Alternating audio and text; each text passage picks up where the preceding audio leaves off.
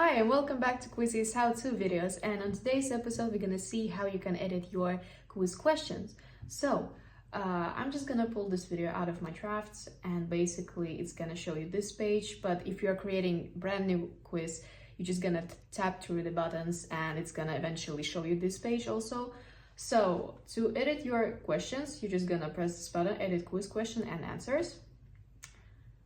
And yes, you wait for it to download, and after that you're gonna see this page and all the questions, right and wrong answers, and also in the corner you will see what type of question it is. So this is a true or false, this one is fill in the blanks, application, multi-select, and etc. So what you can do is basically everything. You can, if you want to delete question by just pressing the delete button right here in the corner. If you want to, you can change which question or actually which answer is right or which is wrong. So for example, this one is correct, but let's say it's wrong, and I will just press it like this on the icon and it's gonna change to wrong, and you can choose another right answer, or you can even select multiple, or even all answers could be right.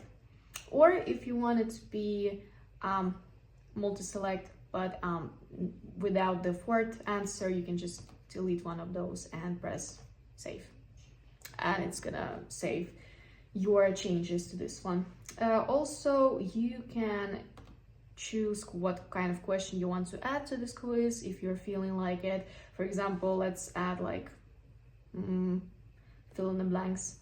And the thing is, you can do two things at this point. You can generate automatic question, like Kwizie gonna generate it for you, pressing this button, and ta-da, here it is. Or if you want to, you can once again choose what kind of questions do you want to have and add question manually, and it's gonna give you empty box with the empty line where you can just type whatever question you want, and also type whatever the answers you want to have here. And once again, you can change what answers are right or wrong. After every changes you made here, basically that's all you can do.